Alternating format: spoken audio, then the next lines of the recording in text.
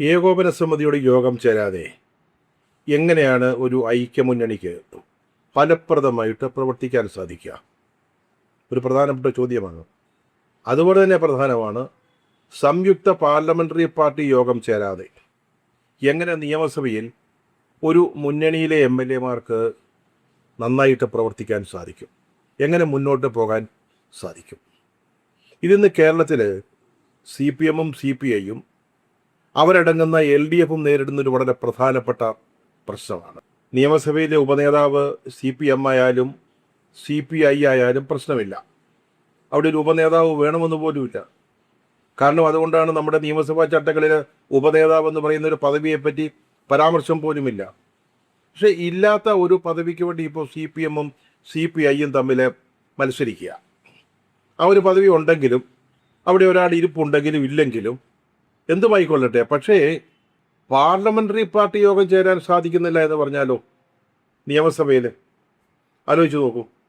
സാധാരണ ഏത് സമ്മേളനം നടക്കുമ്പോഴും തുടക്കത്തിൽ, പിന്നെ ചിലപ്പോൾ ഇടയ്ക്ക് ഈ സമ്മേളനം നടന്നുകൊണ്ടിരിക്കുമ്പോൾ അപ്പോഴൊക്കെ LDF-ൻ്റെയും UDF-ൻ്റെയും ഭരണകക്ഷിയുടെയും പ്രതിപക്ഷത്തിരിക്കുന്ന മുന്നണിയുടെയും സംയുക്ത പാർലമെൻ്ററി പാർട്ടി ചേരും. അതെന്തിനാണ്?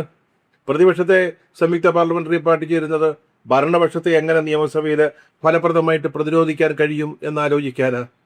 അതുപോലെ തന്നെ ഭരണപക്ഷത്തിനും ആ വേവലാതിയുണ്ട്.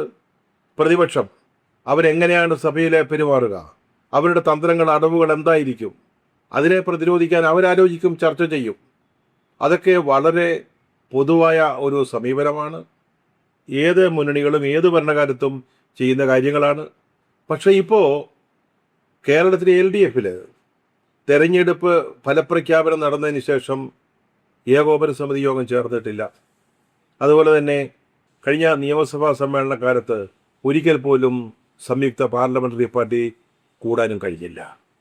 ഇത് ആ പാർട്ടികളെ സംബന്ധിച്ചിടത്തോളം, മുന്നണിയെ സംബന്ധിച്ചിടത്തോളം വല്ലാത്ത ഒരു പ്രതിസന്ധിയുടെ ലക്ഷണമായിട്ട് തന്നെ വേണം കണക്കാക്കാൻ.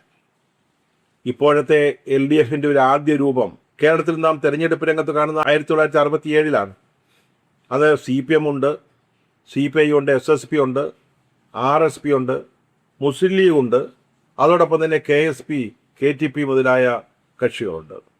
അത് അത്തവണ തെരഞ്ഞെടുപ്പിൽ ജയിച്ചേ പറ്റുമെന്ന നിർബന്ധ ബുദ്ധിയോടുകൂടി CPM-ൻ്റെ നേതൃത്വത്തിൽ, അല്ലെങ്കിൽ EM ശങ്കരൻ നമ്പൂതിരിപ്പാടിൻ്റെ നേതൃത്വത്തിൽ നടത്തിയ ചർച്ചകളുടെയും കൂടിയാലോചനകളുടെയും ഫലമായിട്ടാണ് മുസ്ലിം ലീഗ് അടക്കമുള്ള ഒരു മുന്നണി, അന്നതിനെ ഇടതുപക്ഷ മുന്നണി എന്നൊന്നും പറയാറില്ല, ഐക്യമുന്നണി എന്നാണ് പറയുക, ആ മുന്നണി നിലവിൽ വരുന്നത്. പിന്നീട് CPI-യും RSP-യും LDF-ൽ നിന്ന് പുറത്തുപോയി വീണ്ടും തിരിച്ചു വന്നു. അത് അന്നത്തെ ഐക്യമുന്നണിയിൽ ഒരു കുറുമുന്നണി ഉണ്ടായതിനെ തുടർന്നാണ്. CPI, RSP, SSP, മുസ്ലിം ലീഗ് ഇവർ ചേരുന്ന ഒരു കുറുമുന്നണി ഈ മുന്നണിക്കുള്ളിലുണ്ടായി. അതിനെ തുടർന്ന് 133-ൽ 111 സീറ്റുമായിട്ട് വന്ന ഗവൺമെൻറ് തോറ്റുപോയി, പരാജയപ്പെട്ട് രാജിവെക്കേണ്ടി വന്നു. അത് വേറെ കാര്യം. അന്ന് പിണങ്ങിപ്പോയ CPI-യും RSP-യും തിരിച്ചു വന്നു. അന്ന് കുറുമുന്നണിയിലുണ്ടായിരുന്ന മുസ്ലിം ലീഗ് പുറത്തുപോയി UDF-ൽ ചേർന്നു, അവിടെ ഉറച്ചു. പിന്നീട് അവർ തിരിച്ചു വന്നിട്ടില്ല. ഇടയ്ക്ക് ലീഗിനൊരു പിളർപ്പുണ്ടായപ്പോൾ അഖിലേന്ത്യാ ലീഗ് പുതിയ പാർട്ടി രൂപവൽക്കരിച്ചപ്പോൾ അവർ LDF-നൊപ്പമാണ് നിന്നത്. പിന്നെ അന്നുണ്ടായിരുന്ന KSP, KTP മുതലായ കക്ഷികൾ ഇന്ന് കാലയവനിയയ്ക്കുള്ളിൽ മറഞ്ഞുപോയി. ആദ്യം ഒരു മുന്നണി ഉണ്ടാക്കിയ CPM, അല്ലെങ്കിൽ അതിൻ്റെ സൃഷ്ടാവ് വാസ്തവത്തിൽ EM ശങ്കരൻ നമ്പൂതിരിപ്പാടാണ്. അതിനുശേഷമാണ് UDF വരുന്നത്. 1967-ൽ കോൺഗ്രസ് ഒറ്റയ്ക്കാണ് മത്സരിച്ചത്. കേരള കോൺഗ്രസ് ഒറ്റയ്ക്കായിരുന്നു. കോൺഗ്രസ് 9 സീറ്റ് മാത്രമാണ് കിട്ടിയത്, കേരള കോൺഗ്രസ്സിന് 5 സീറ്റ്. പിന്നീട് UDF രംഗത്ത് വരുന്നു. LDF-ഉം UDF-ഉം തമ്മിലായി കേരളത്തിലെ രാഷ്ട്രീയ മത്സരം. അന്നൊക്കെ ഈ മുന്നണികളുടെ ഒരു ബാക്ക് ബോൺ, അല്ലെങ്കിൽ നട്ടല്ല എന്ന് പറയുന്നത് ആ പാർട്ടികളുടെ ഏകോപന സമിതിയായിരുന്നു. പല പേരുകളിൽ വിളിച്ചിട്ടുണ്ട്. ലൈസൺ കമ്മിറ്റി എന്ന് പറഞ്ഞിട്ടുണ്ട്, ഏകോപന സമിതി എന്ന് ചിലരെ വിശേഷിപ്പിച്ചു, ചിലർ LDF-ൻ്റെ സംസ്ഥാന കമ്മിറ്റി, UDF-ൻ്റെ സംസ്ഥാന കമ്മിറ്റി എന്നൊക്കെ പറഞ്ഞു. എന്താണെങ്കിലും ഈ സമിതിയാണ് ആ മുന്നണിയുടെ പ്രവർത്തനത്തിന് പിന്നിൽ നിന്നുകൊണ്ട് നേതൃത്വം കൊടുത്തത്, അല്ലെങ്കിൽ അത് എങ്ങനെ വേണം പ്രവർത്തിക്കണമെന്ന് കാലാകാലങ്ങളിൽ യോഗം ചേർന്ന് ചർച്ച ചെയ്ത് തീരുമാനിച്ചിരുന്നത്. 4, 5, 6, 7 ഘടകകക്ഷികളുള്ളൊരു മുന്നണിയെ കുഴപ്പം കൂടാതെ മുന്നോട്ട് കൊണ്ടുപോവുക, എല്ലാവരെയും ചേർത്ത് നിർത്തി ഒരുമിപ്പിച്ച് മുന്നോട്ട് കൊണ്ടുപോവുക എന്നുള്ളത് അത് ഏകോപന സമിതിയുടെ ഒരു ഉത്തരവാദിത്തമാണ്. അതിന് കൺവീനർമാരുണ്ടായിരിക്കും. ഒരു നയശാലിയായ ഒരു വ്യക്തിയായിരിക്കും, ഒരു നേതാവിനെ ആയിരിക്കും. എല്ലാ കക്ഷികൾക്കും സ്വീകാര്യനായ ഒരാളെ ആയിരിക്കും പലപ്പോഴും കൺവീനറായിട്ട് വയ്ക്കുക. 1967 അന്നത്തെ ഇടതുപക്ഷ മുന്നണി അല്ലെങ്കിൽ അന്നത്തെ ഐക്യമുന്നണി CPM മുന്നണി, അതിൻ്റെ കൺവീനർ അഴീക്കോടൻ രാഘവനായിരുന്നു. അങ്ങനെ വളരെ പ്രഗത്ഭരാണ് UDFിലാണെങ്കിലും LDFിലാണെങ്കിലും ഇതിൻ്റെ കൺവീനർ സ്ഥാനത്ത് വന്നിട്ടുള്ളത്. അതിന് വളരെ പ്രധാനമായ ചില ഉത്തരവാദിത്തങ്ങളും ചുമതലകളുണ്ട്. ഒരു ഗവൺമെൻറ് നടപ്പാക്കേണ്ട നയപരമായ കാര്യങ്ങൾ അത് ആദ്യം ചർച്ച ചെയ്യുക ഐക്യമുന്നണിയുടെ ലൈസൺ കമ്മിറ്റിയിലാണ്. അതിനു മുമ്പ് അതാത് പാർട്ടികൾ ചർച്ച ചെയ്തിട്ടുണ്ടാവും. പിന്നീട് ഒന്നിച്ചിരുന്ന് കൂട്ടായ ചർച്ച ഉണ്ടാകുന്നത് ഏകോപന സമിതിയിലാണ്. അവിടെ അംഗീകരിച്ചിട്ടാണ് ഭരണമുന്നണിയിലാണെങ്കിൽ ക്യാബിനറ്റിലേക്ക് പോവുക, അല്ലെങ്കിൽ പ്രതിപക്ഷത്താണെങ്കിൽ അവരുടെ പ്രതിപക്ഷത്തിൻ്റെ ഭാവി പ്രവർത്തന പരിപാടികൾ രൂപപ്പെടുത്തുക. അതാണ് അതിൻ്റെ ഒരു രീതി. അപ്പോൾ അവിടെ എല്ലാവർക്കും ചർച്ച ചെയ്യാനും അഭിപ്രായം പറയാനും അവസരം ലഭിക്കുന്നു. എന്നിട്ട് ഒന്നിച്ചൊരു തീരുമാനമെടുക്കാൻ സാധിക്കുന്നു. അപ്പം പിന്നെ തർക്കങ്ങൾക്ക് പ്രസക്തി ഇല്ലാതാവുന്നു. അങ്ങനെയാണ് ഇതുവരെ മുന്നണികൾ പ്രവർത്തിച്ചുകൊണ്ടിരുന്നത്. അതിൽ നിന്ന് വ്യതിചലിച്ചപ്പോഴൊക്കെ മുന്നണികൾക്കുള്ളിൽ പ്രശ്നങ്ങൾ ഉണ്ടായിട്ടുണ്ട്. അതായത് മുന്നണിയിൽ ആലോചിച്ച ഒരു കാര്യം, തീരുമാനിച്ച ഒരു കാര്യം പിന്നീട് ക്യാബിനറ്റ് നടപ്പാക്കാതിരിക്കുക, അല്ലെങ്കിൽ മുന്നണിയിൽ ചർച്ച ചെയ്യാതെ ഒരു നയപരമായ വിഷയം ക്യാബിനറ്റ് അംഗീകരിച്ച് അത് പ്രവൃത്തി പദത്തിൽ കൊണ്ടുവരിക. അപ്പോഴൊക്കെ പ്രശ്നങ്ങൾ ഉണ്ടായിട്ടുണ്ട്. 1967 മുന്നണിയിൽ കുറുമുന്നണി ഉണ്ടാകാനും പിന്നീട് അത് ശിഥിലമായി പോകാനും കാരണമായ ഘടകങ്ങളിലൊന്ന് വ്യവസായ നയമായിരുന്നു. ആ ഗവൺമെൻറ് അല്ലെങ്കിൽ ആ മുന്നണി കൊണ്ടുവന്ന വ്യവസായ നയമായിരുന്നു. അന്ന് TB തോമസാണ് വ്യവസായ മന്ത്രി. മുന്നണിക്കൊരു വ്യവസായ നയം വേണമെന്ന് തീരുമാനിച്ചു. അപ്പോൾ അത് വ്യവസായ മന്ത്രിയോട് അത് തയ്യാറാക്കാൻ ഏൽപ്പിച്ചു. അതേ ഒരു വ്യവസായ നയം തയ്യാറാക്കി. അതിൽ കേരളത്തിന് സ്വകാര്യ മുതൽ മുടക്കിന്, നിക്ഷേപത്തിന് അംഗീകാരമോ അനുമതിയും കൊടുക്കുന്നതായിരുന്നു ആ വ്യവസായ നയം. അത് തിരിച്ച് ഏകോപന സമിതിയിൽ വന്നു, അവരംഗീകരിച്ചു. അതിനെ തുടർന്ന് ക്യാബിനറ്റും ആ വ്യവസായ നയം അംഗീകരിച്ചു. അപ്പോഴാണ് CPMന് വീണ്ടും വിചാരം ഉണ്ടായത്. അവരുടെ ദേശീയ തലത്തിലെ കാര്യം ചർച്ച ചെയ്തു. പോളിറ്റ് ബ്യൂറോയും CCയും ഒക്കെ ചർച്ച ചെയ്തു. അവസാനം അതിനെതിരായിട്ട് അന്നത്തെ ജനറൽ സെക്രട്ടറി ആയിരുന്ന P. സുന്ദരയ്യ തന്നെ രംഗത്ത് വന്നു. അതിനെ എതിർത്തു. ഞങ്ങൾ ഒരു കാരണവശാലും ഇത് അംഗീകരിക്കുന്നില്ല, ഇത് തൊഴിലാളി വിരുദ്ധമാണെന്ന് പറഞ്ഞു. അതിൻ്റെ പേരിൽ TB തോമസ് ഒത്തിരി പുലഭ്യങ്ങൾ കേട്ടു. അങ്ങനെ CPMും CPIയും തമ്മിലുള്ള അന്നത്തെ ബന്ധത്തിന് ഏറ്റവും വലിയ തടസ്സമായി മാറിയതോ അല്ലെങ്കിൽ അതിനെ ഒരു തകർച്ചയിലേക്ക് കൊണ്ടുപോയതും വ്യവസായ നയം സംബന്ധിച്ച തർക്കമായിരുന്നു. അത് ഏകോപന സമിതി അംഗീകരിച്ച് ക്യാബിനറ്റും അംഗീകരിച്ചതാണ്. എന്നിട്ട് പോലും പ്രശ്നങ്ങളുണ്ടായി. ഈ കഴിഞ്ഞ പിണറായി സർക്കാരിൻ്റെ കാലത്ത്, രണ്ടാം പിണറായി സർക്കാരിൻ്റെ കാലത്ത് PMശ്രീയുമായി ബന്ധപ്പെട്ട് ഉണ്ടായ വിവാദം, PMശ്രീയിലെ കേരള ഗവൺമെൻറ് കേന്ദ്ര സർക്കാരുമായിട്ട് ഒരു കരാറിൽ ഒപ്പുവെച്ചു. അത് സംബന്ധിച്ച കരാറിൽ പക്ഷേ അത് ഏകോപന സമിതി അറിഞ്ഞിട്ടില്ല, അല്ലെങ്കിൽ സംസ്ഥാന സമിതി അറിഞ്ഞിട്ടില്ല, ക്യാബിനറ്റിൽ വെച്ചിട്ടില്ല, ഘടകകക്ഷികൾക്കൊന്നും അറിയില്ല. അവരെ എല്ലാവരെയും ഇരുട്ടിൽ നിർത്തിക്കൊണ്ടാണ് അന്ന് CPM ഈ ഒരു തീരുമാനം എടുത്തത്. അതുകൊണ്ട് എന്തുണ്ടായി? ഈ രണ്ട് കക്ഷികൾ തമ്മിൽ വലിയ സംഘർഷമുണ്ടായി. അവസാനം CPMന് CPIയുടെ മുമ്പിൽ കീഴടങ്ങേണ്ടി വന്നു. ഇതിപ്പോൾ ഭരണകക്ഷിയാണെങ്കിൽ ഇത് തന്നെയാണ് പ്രധാനപ്പെട്ട കാര്യം. പക്ഷേ ഭരണകക്ഷികളെ സംബന്ധിച്ചിടത്തോളം കുറച്ച് വ്യത്യാസമുണ്ട്. അത് ഏത് മുന്നണിയാണെങ്കിലും. ഇപ്പോൾ ക്യാബിനറ്റിലെ എല്ലാ വിഷയങ്ങളും ചർച്ചയ്ക്ക് വരുന്നു. അവിടെ എല്ലാ ഘടകകക്ഷികൾക്കും ഏതാണ്ട് പ്രാതിനിധ്യമുണ്ട്. അവരവിടെ കക്ഷികളുടെ അഭിപ്രായങ്ങൾ പറയാനുള്ള അവസരമുണ്ട്. അതുകൊണ്ട് അവരുടെ ഏകോപന സമിതികൾ അല്ലെങ്കിൽ സംസ്ഥാന സമിതികൾ ചേരുന്നത് വൈകിയാലോ അല്ലെങ്കിൽ ചേരാതിരുന്നാലോ പ്രശ്നങ്ങൾ കുറവാണ്. പക്ഷേ അതാണ് വേണ്ടത് ഏത് മുന്നണിയാണെങ്കിലും. അതിനൊരു ഏകോപന സമിതി ഉണ്ടെങ്കിൽ അത് ചേർന്ന് തീരുമാനിച്ചിട്ട് വേണം ക്യാബിനറ്റിലേക്ക് പോകേണ്ടത്. പക്ഷേ ഇവിടെ ചർച്ചകൾ നടക്കുന്നുണ്ട്. അല്ലാതെ വിവിധ തലങ്ങളിലെ ഗവൺമെൻറ്റിൻ്റെ ഭാഗത്താണെങ്കിൽ ചർച്ചകൾ നടക്കും. പക്ഷേ പ്രതിപക്ഷത്തിന് മുന്നണിയിലെ സഖ്യകക്ഷികൾ തമ്മിൽ ചർച്ച നടത്താനുള്ള ഏക അവസരം എന്ന് പറയുന്നത് ഏകോപന സമിതിയാണ്. പക്ഷേ അത് ചേരുന്നില്ല എന്ന് വെച്ചാലോ, അത് വേണ്ട എന്ന് വെച്ചാലോ. അതുപോലെ തന്നെ നിയമസഭയിൽ ചിലപ്പോൾ വളരെ പ്രധാനപ്പെട്ട പ്രശ്നങ്ങൾ എന്തർഭവിക്കുമ്പോൾ ആ സമയത്തിൻ്റെ പ്രാധാന്യമനുസരിച്ച് തന്നെ വേണമെങ്കിൽ നിയമസഭാ കക്ഷികൾ ചേരാം. എന്നിട്ട് വേണം തീരുമാനിക്കേണ്ടത് എങ്ങനെ നമ്മൾ ഇതിനെ എതിരിടണമെന്നുള്ളത്. എന്തായിരിക്കണം നമ്മുടെ കൗണ്ടർ അറ്റാക്ക്. പ്രതിപക്ഷത്തിൻ്റെ ഭാഗത്തുനിന്ന് അത് തീരുമാനിക്കുന്നത് ഏകോപന സമിതികളിലാണ്. പക്ഷേ LDFിൻ്റെ ഭാഗത്ത് ഇത് രണ്ടും നടക്കാത്ത ഒരു സാഹചര്യമാണ്. തെരഞ്ഞെടുപ്പ് ഫലം വന്നതിന് ശേഷം ഇതുവരെ LDF ചേർന്നിട്ടില്ല.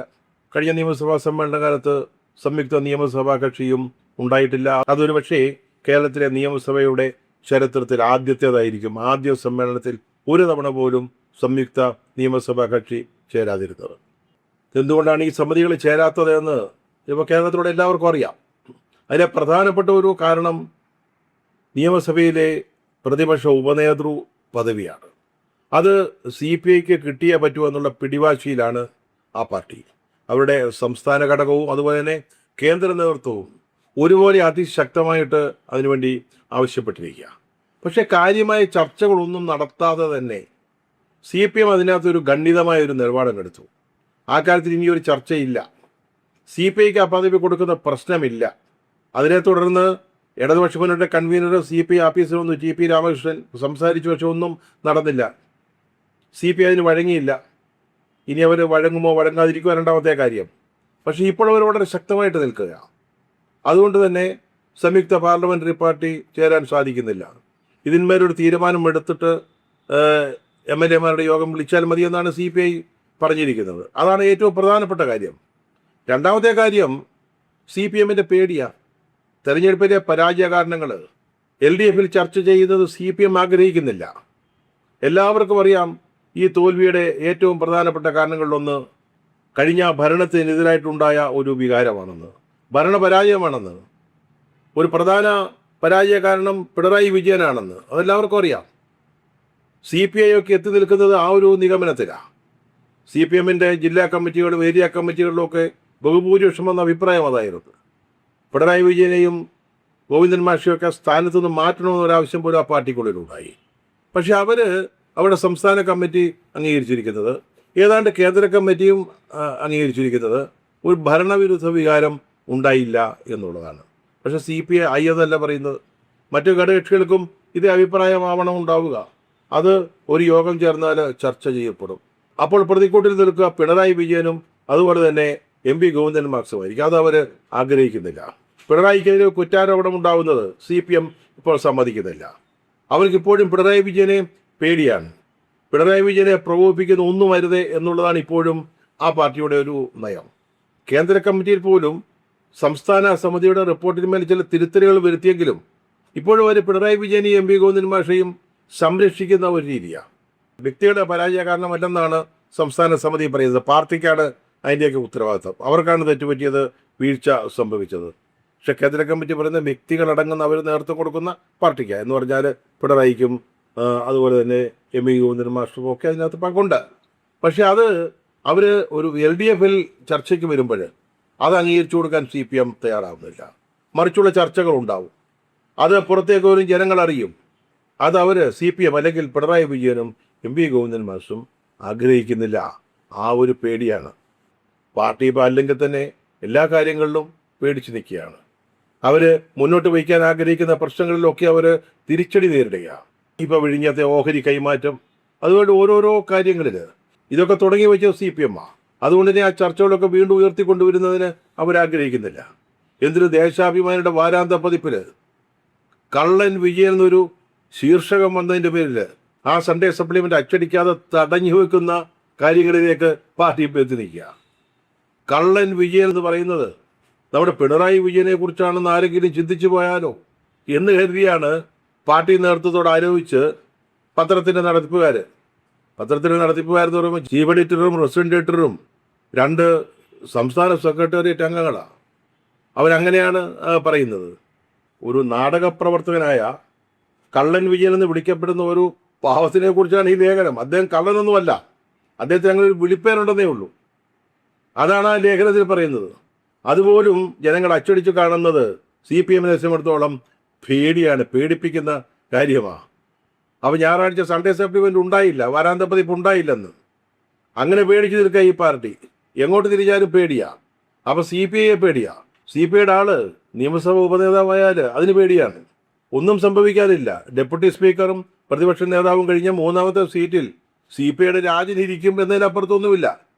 തൊട്ടടുത്ത് ബാലഗോപാൽ ഇല്ലാതെ പ്രതിപക്ഷ നേതാവായിട്ട് പ്രവർത്തിക്കാൻ പിണറായി വിജയന് പേടിയാണ്.